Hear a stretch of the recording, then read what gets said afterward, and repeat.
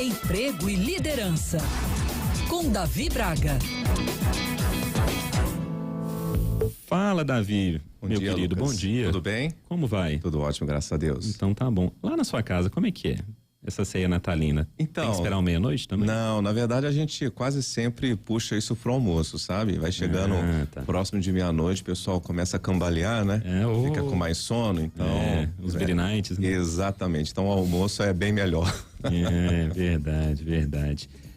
Pessoal que está na nossa live no YouTube, você pode acompanhar, o Davi está aqui nos nossos estúdios pra gente fazer um balanço 2022, né? Projetar também um 2023. Davi, que você ouve todas as segundas, quartas e sextas aqui na nossa programação. Quanto tempo de coluna? 5 anos? Já tem 5 anos. 5 anos já. Exato. 5 anos já. Davi, vamos lá. Eu queria primeiro ouvi-lo sobre esse 2022. Todo ano traz sempre muitos paradigmas, novidades, quando a gente pensa nesse mundo corporativo. Teve algum grande destaque de 2022, alguma grande tendência, alguma coisa que começa a se projetar pensando num futuro mesmo que você acha importante para o nosso ouvinte ficar atento? Bacana.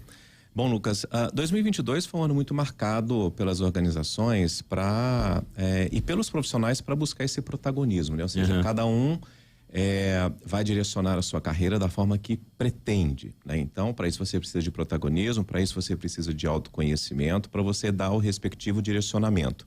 O que eu quero dizer com isso? Até então, a empresa, ela escolhia o seu profissional. Hoje, não mais. Esse poder está só nas mãos das organizações, né? O profissional também escolhe aquela organização a qual ele quer fazer parte ou ele não quer fazer parte.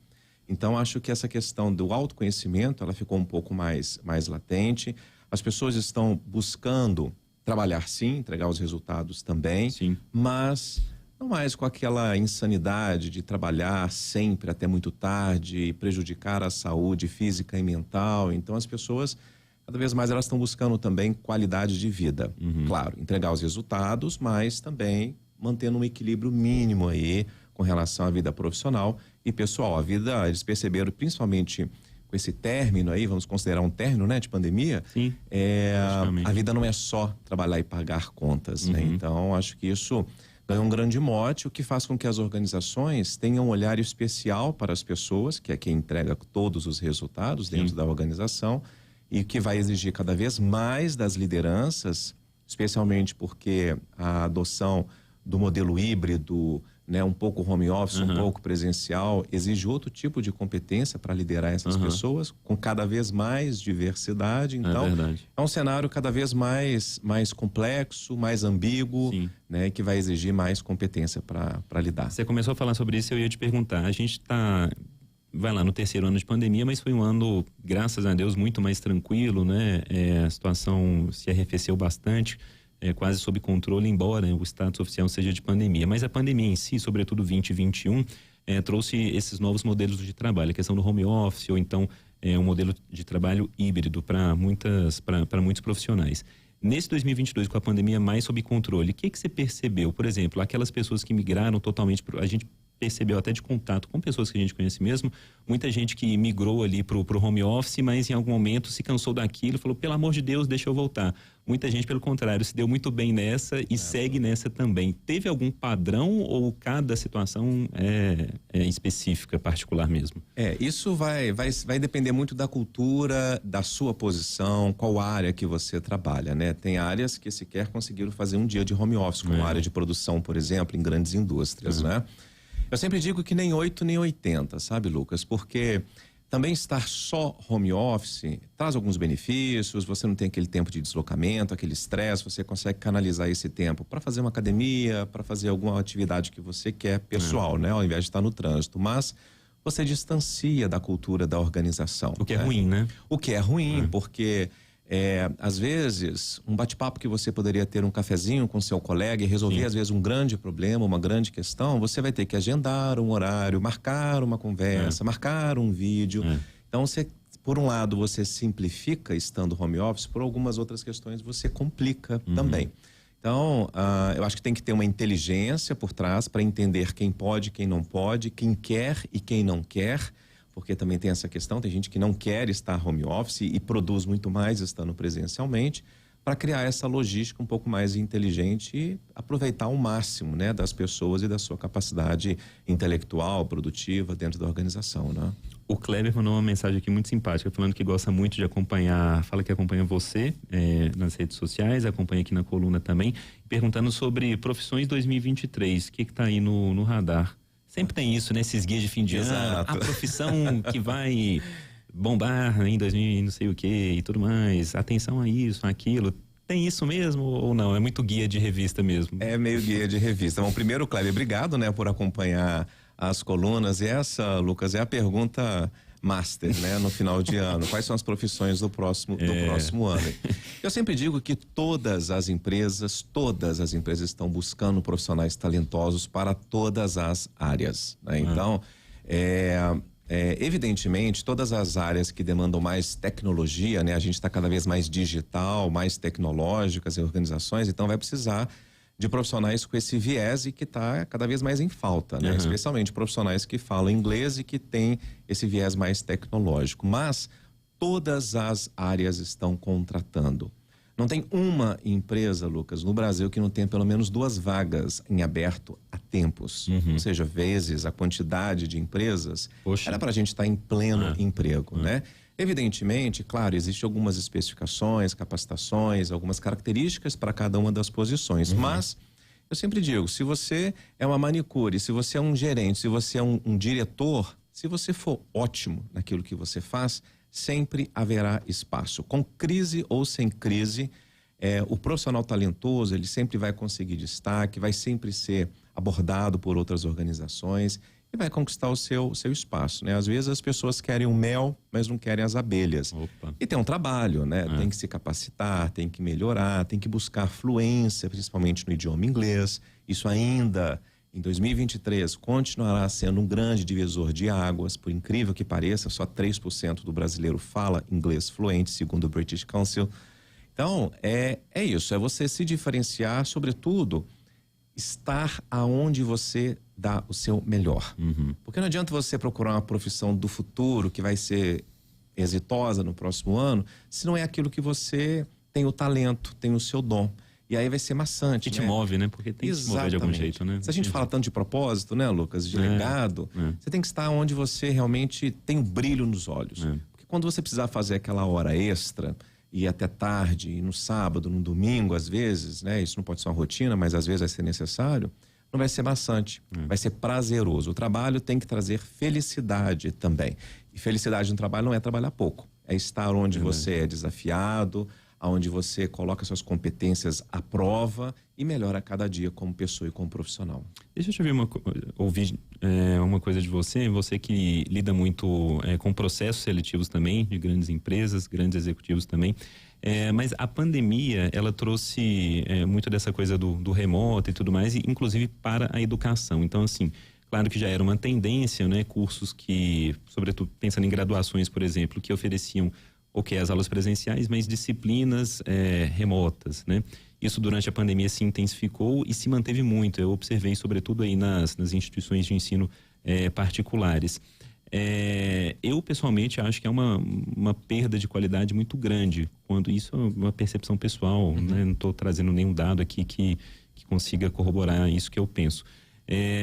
Mas para mim há algum tipo de perda ali nessa aprendizagem. Pessoas que passam por graduações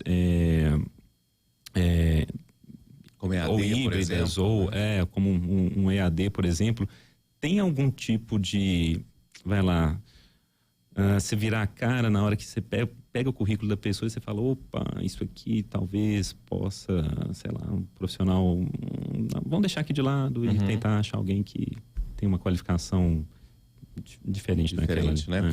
Não, Lucas, isso já foi um tabu no passado, né? Inclusive, né, além de colunista aqui e à frente da Prime Talent, eu também dou aula, né, na Fundação Dom Cabral.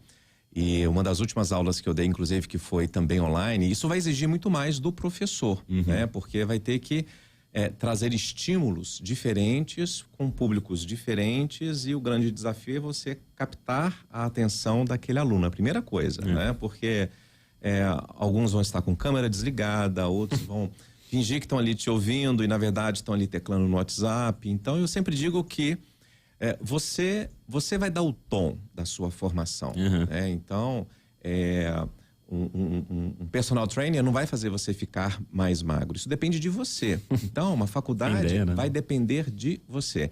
Quanto você empreende, o quanto você estuda, o quanto você presta atenção, porque você pode estar presencialmente ou online e simplesmente estar só de corpo presente. Verdade, né? Então, vai presencial não é garantia necessariamente. Exatamente. Né? Agora, claro, o online, ele, ao mesmo tempo que ele te fornece mais recursos tecnológicos, né, para você se apropriar, ele exige muito mais do professor para captar essa atenção que está cada vez mais dispersa, né? A tecnologia, ela favorece em alguns pontos, mas por outros também ela traz um vício e as pessoas cada vez mais estão afundadas dentro do WhatsApp, estão olhando as mídias sociais, ao invés de canalizar a atenção para aquele momento que você está aprendendo. De novo, seja presencial, seja online também. Mas hoje, não mais, grandes instituições viram que aconteceu, a coisa fluiu no online, né? No EAD, por exemplo. E então, muitas vezes, migrando algumas das formações e tendo uma aderência muito maior. De novo, você não precisa sair de casa para ter esse pleno conhecimento, né? Claro. Ainda nessas projeções de 2023, a gente está aí há pouco mais de uma semana de uma troca de governo federal, sempre gera muitas expectativas em empresariado. O começo de ano já é sempre um pouco mais difícil para empresas de uma maneira geral. Com uma troca de governo sempre gera-se uma expectativa muito grande, independentemente, né, do governo que está entrando. Troca de governo, qualquer troca, né, gera uma expectativa muito grande, seja em mercado, empresas, corporações. O que você tem sentido das conversas com esses grandes executivos, pensando nesse começo aí de novo governo também? Maravilha. Bom, Lucas, mudar é preciso, mas sempre traz desconforto, né? Zona de conforto é ótima, mas não te leva a lugar algum. Eu acho que toda oxigenação, ela é sempre importante, né? Indiferente de que governo, indiferente se seu líder vai ser trocado, se seu funcionário vai ser trocado, essa oxigenação, ela é sempre muito importante.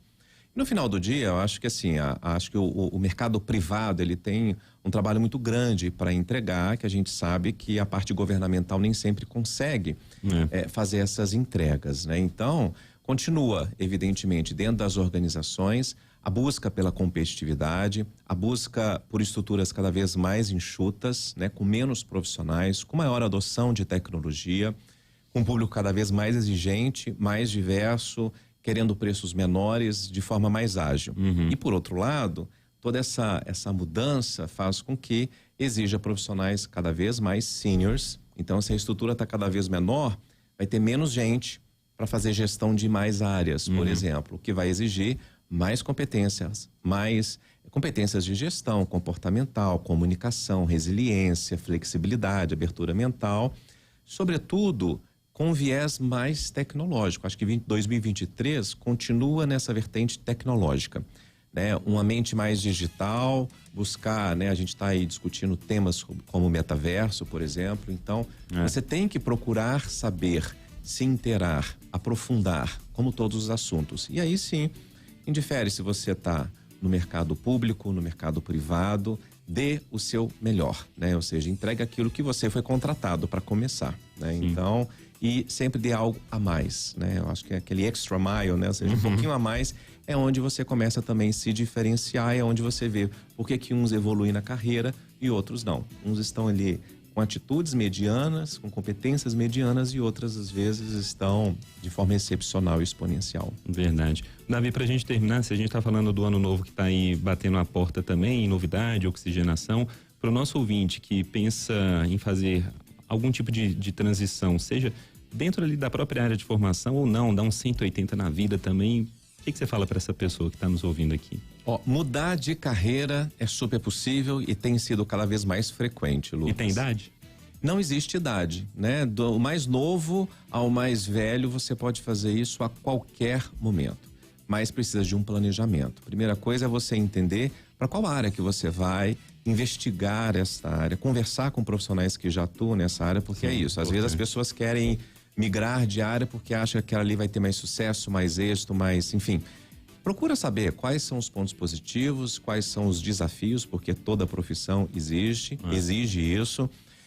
Você precisa ter uma reserva financeira, porque às vezes você vai ter que dar 1 ou 2 passos para trás. Então, o aconselhável tente não fazer mudanças tão bruscas, mas isso é possível. Aqui em Minas nós temos, por exemplo, o Léo Paixão. Era um médico que migrou, seguiu o sonho dele para ser um chefe, hoje é um chefe deu no que deu. renomado. Né? Então, claro, você precisa de um planejamento, detectar aquilo que você ainda precisa melhorar quanto às suas competências e habilidades e também fazer o para casa. Buscar formações, buscar uma mentoria, buscar um processo qualificado de coaching, ou seja, para ganhar robustez para aquele novo tema que às vezes você não tem repertório, não tem histórico. Sim. E leva tempo. E aí, gerenciar a ansiedade é muito importante, porque as pessoas às vezes querem mudar de posição e de área e já querem sentar na janela, né? Como diz o ditado. Então não, tem que respeitar o tempo, os movimentos, as pessoas e entender que ninguém nasce pronto, exige tempo para você conquistar aquilo que você deseja. Verdade. 10h31, a gente conversou aqui na Band News FM com o nosso colunista Davi Braga, que você ouve todas as segundas, quartas e sextas, também confere, acompanha o Davi lá nas redes sociais. Qual o perfil no Insta? @Davi Braga, Davi com D mudo no final. É isso, pessoal. E o Davi também, ele faz o para casa dele tão certinho, todas as colunas dele, ele também posta por lá também. Exato. É isso. Davi, obrigado, meu querido. Felizes passagem de ano para você e que em 2023 a gente continue essa parceria, essa troca tão bacana. Por favor. Aqui na Band News. Obrigado. Um abraço, também, viu? Lucas, um abraço. 10h31.